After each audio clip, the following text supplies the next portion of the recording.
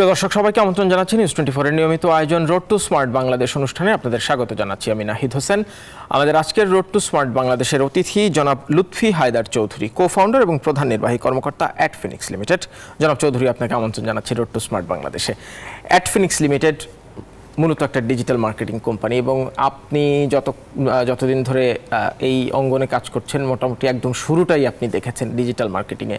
এই বিপণনের ক্ষেত্র কিভাবে ম্যানুয়াল কিংবা টিপিক্যাল প্ল্যাটফর্ম থেকে ডিজিটাল প্ল্যাটফর্মে শিফট হলো, সেই জার্নিটাই একটু শুনতে চাই প্রথমে আপনার মুখে। ধন্যবাদ আমাকে আমন্ত্রণ জানানোর জন্য। আমাদের বাংলাদেশে ডিজিটাল মার্কেটিং যদি আমরা বলি 2010-এ আমরা ডিজিটাল মার্কেটিংটা স্টার্ট করি। তখন I use to work for GNR, বাংলাদেশের প্রথম অ্যাড নেটওয়ার্ক। তো তখন আমাদের জন্য এটা ওয়াজ এ হিউজ চ্যালেঞ্জ, কারণ আমরা অনেক লম্বা লম্বা মিটিং করতাম ব্র্যান্ডদের সাথে। ইনফ্যাক্ট আমরা বাংলাদেশের তখনকার প্রত্যেকটা ব্র্যান্ডকে আমরা ব্র্যান্ডের কাছে যাওয়া হয়েছে আমাদের। তো অনেক লম্বা লম্বা মিটিং হতো, মিটিংয়ে আমরা অনেক বাহবা পেতাম।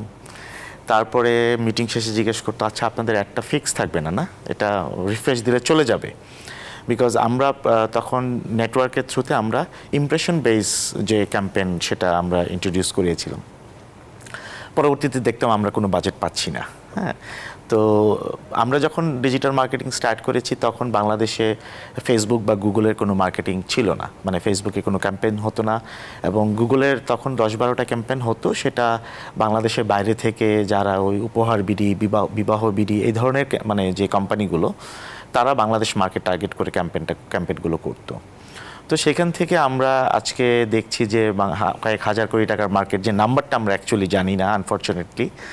এবং আমরা কথা বলছি, আমরা অনেকগুলো নেটওয়ার্ক, লোকাল নেটওয়ার্ক দেখছি। প্রোগ্রামেটিক বাইং আমরা বাংলাদেশে ইন্ট্রোডিউস হয়েছে বাংলাদেশে। এখন এআই ড্রিভেন ক্যাম্পেইনের প্ল্যান হচ্ছে, এআই ড্রিভেন ক্যাম্পেইন হচ্ছে। সো এই জার্নিটা আমি বলবো যে 14 বছরের একটা লম্বা জার্নি। এবং এটা একটা মার্কেট সাইজ অনুযায়ী আমরা যদি চিন্তা করি, বাংলাদেশে one of the fastest growing marketing sector আমাদের এই ডিজিটাল মার্কেটিং। ক্লায়েন্টরা শুরুর দিকে কি আসলে বুঝতে চাইতো কিংবা বুঝতো যে এটার ফিউচার কেমন, কিংবা আপনারাও কি আঁচ করতে পেরেছিলেন আজকের যে অবস্থা, এই অবস্থায় আসবে এই পুরো ক্ষেত্রটি? না, হ্যাঁ, অবভিয়াসলি যেটা হচ্ছে, আমি যখন শুরু করেছি তখন আমি নিজেও জানতাম না যে ইমপ্রেশন বেস মার্কেটিংটা কীরকম হবে বা নেটওয়ার্ক মার্কেটিংটা কী। তো আমরা তখন ফিক্সড বাইংটাই বুঝতাম যে বিভিন্ন তখন 2-3টা টপ পত্রিকা ছিল এবং টপ পত্রিকাগুলোতে ফিক্সড বাইং প্লেস হতো, মান্থলি একটা রেন্টে আমরা অ্যাড প্লেসমেন্ট করতাম। তো আমি ফরচুনেট যে আমার মেন্টর, ডিজিটাল মার্কেটিংয়ের মেন্টর বিকি অ্যান্ড ন্যাশ, দুজনই গুগল থেকে, এক্স গুগল। সো তাদের কাছে আমার লার্নিং যেটা ছিল, সেই লার্নিংটা I use to share with my clients. এবং আমাদের তখন মার্কেট ওয়াজ নট রেডি। তো আমাদের যেটা করতে হয়েছে, আমাদের প্রতি উইকেন্ডে আমাদের ট্রেনিং নিতে হতো। বিভিন্ন বিভিন্ন জব যে প্রতিষ্ঠানগুলো ছিল বা ট্রেনিং সেন্টারগুলো ছিল, ওই ট্রেনিং সেন্টারগুলোতে আমরা ট্রেনিং নিতাম এবং ইন্ডিভিজুয়াল কোম্পানিগুলোর সাথে কথা বলে তাদেরকেও আমরা ট্রেনিং করাতাম। সো আস্তে আস্তে তখন হয় কি, মানুষ বোঝা শুরু করলো, কারণ একটা ইকোসিস্টেম ডেভেলপ করতে হয়। একটা যদি আমরা নতুন কোনো কিছু মার্কেটে লঞ্চ করি, সেটা বোঝানোর জন্য সবাইকে ক্লায়েন্ট এন্ডেও নলেজটা থাকতে হবে এবং পাবলিশার এন্ডেও নলেজটা থাকতে হবে। যেহেতু পাবলিশার হচ্ছে লোকাল পোর্টালগুলো, তো তাদের ইনভেন্টরিগুলোতেই আমরা বেসিক্যালি যে টেকনিক্যাল ব্রিজ যেটা বলি আমরা, নেটওয়ার্কটা বিল্ড করেছিলাম, সেটা দিয়ে আমরা ইমপ্রেশন বেস মার্কেটিং স্টার্ট হয়েছিল।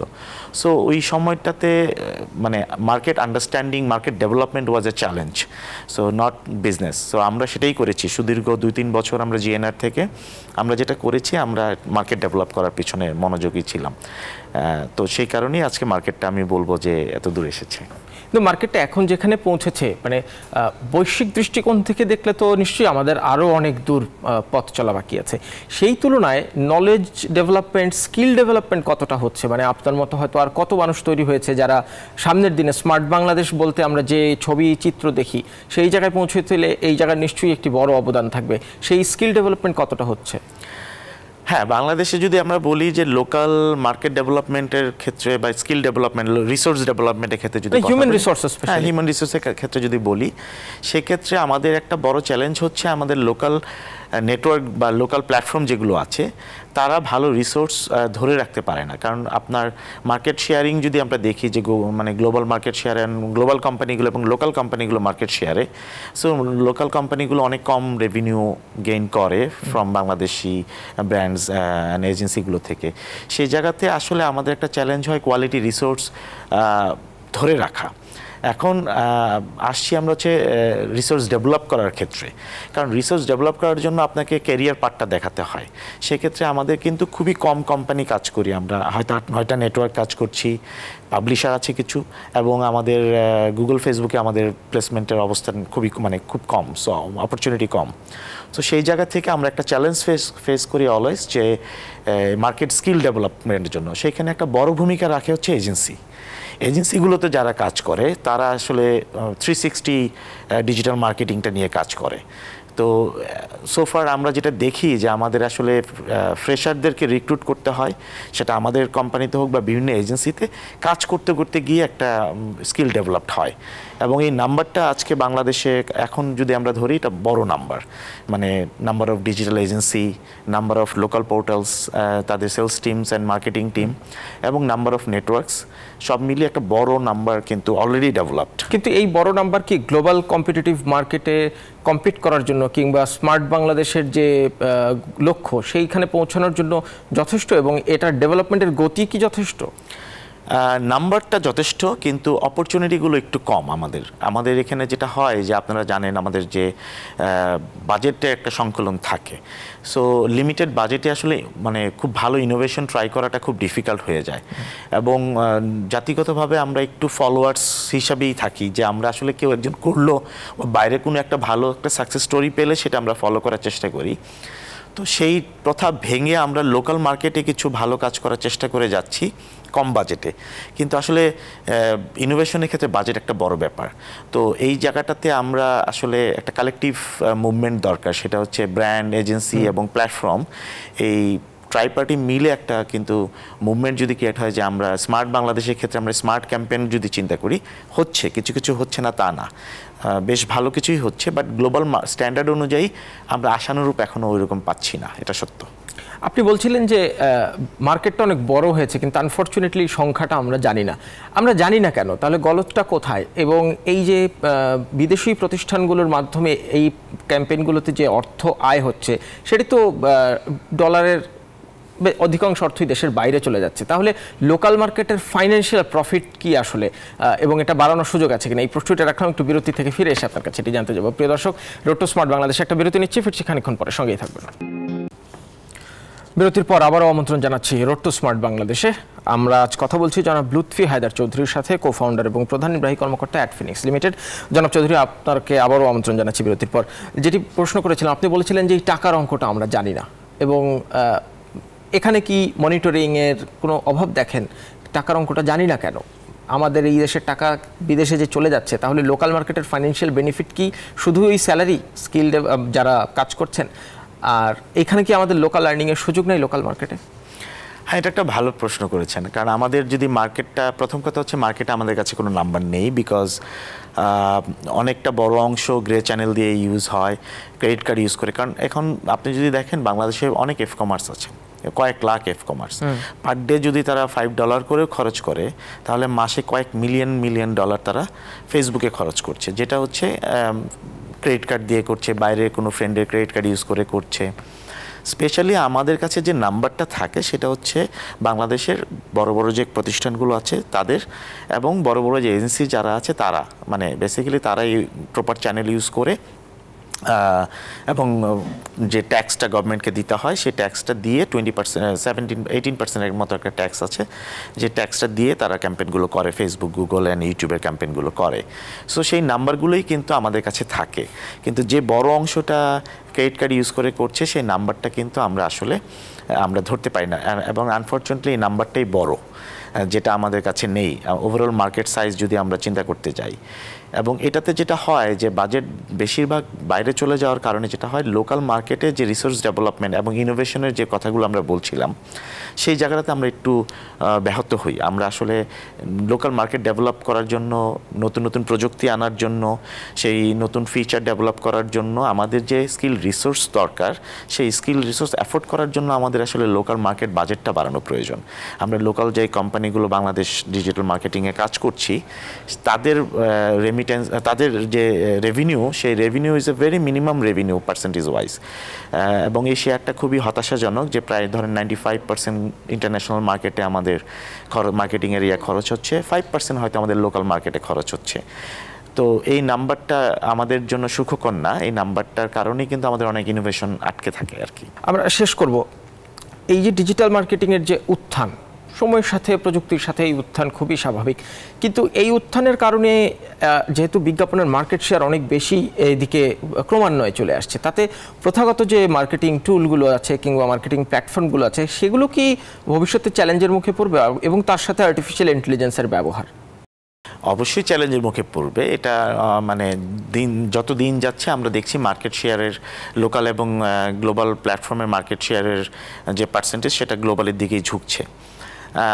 সেটা এটার জন্য আসলে আমাদের সবাইকে একসাথে কাজ করা উচিত। লাইক শুধুমাত্র আমরা ধরেন একটা কোম্পানি বা একটা পত্রিকার, ধরেন আপনাদের নিউজ 24-এর কথাই যদি আমরা ধরি, তো নিউজ 24 যখন মার্কেট সাইজটা দেখে যে লোকাল মার্কেটে টোটাল মার্কেট সাইজ এত, তো তখন তারা আসলে নতুন করে কোনো কিছু ইনভেস্ট করার জন্য মালিকপক্ষ আসলে ইন্টারেস্ট পায় না, কারণ মার্কেট শেয়ার যেটা সেটাতে আসলে ইনভেস্ট করার কিছু নেই।